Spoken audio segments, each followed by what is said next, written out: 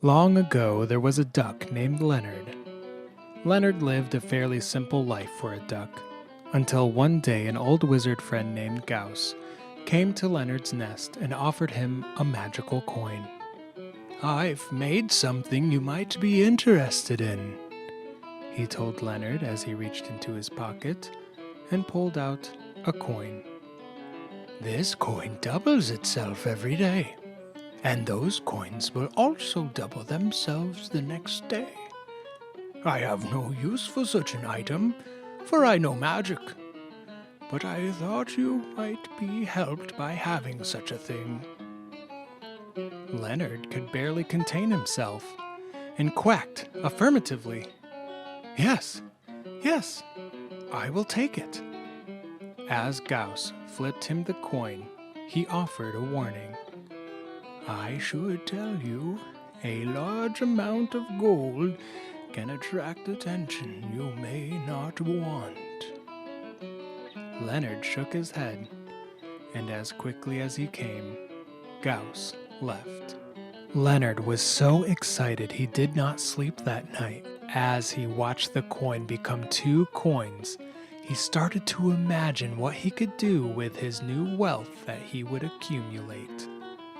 Over the next 2 weeks, Leonard bought many things: a pool, a nice suit, and even a fashionable monocle. At the end of the month, Leonard's original coin had turned into over 200,000 coins. And Leonard thought he should take a vacation. After all, thinking of ways to spend gold is very taxing. Leonard was packing, but he didn't want to leave his pile of coins just sitting there. So he decided to drain his pool and put the coins at the bottom.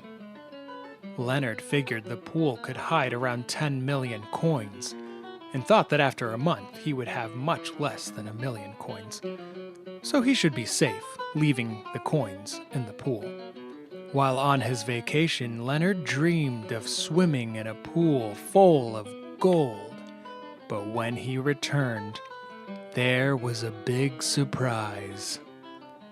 A dragon had come along and claimed his pile of gold, which had grown beyond the pool. And since questioning a dragon isn't the best health advice, he decided to leave. What had happened? How did the dragon even know there was gold? And why was there so much now?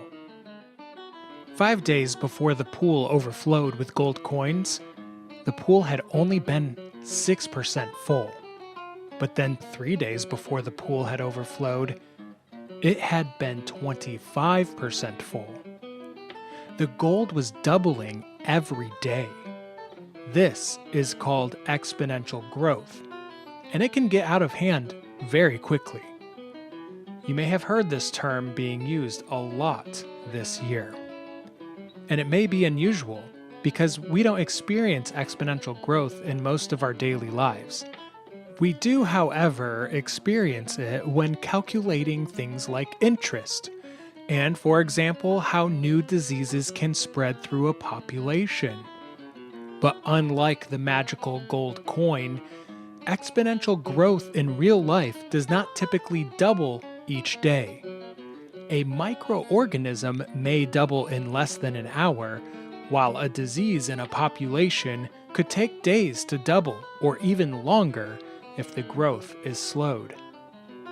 The spread of a new disease can be modeled with this equation: N equals NOR to the power of T. NO equals initial number of cases. N equals ending number of cases. R equals growth rate, or how many people the average person spreads the virus to. And T equals time period. While this is somewhat simplified, it can be used to demonstrate how we can fight a disease.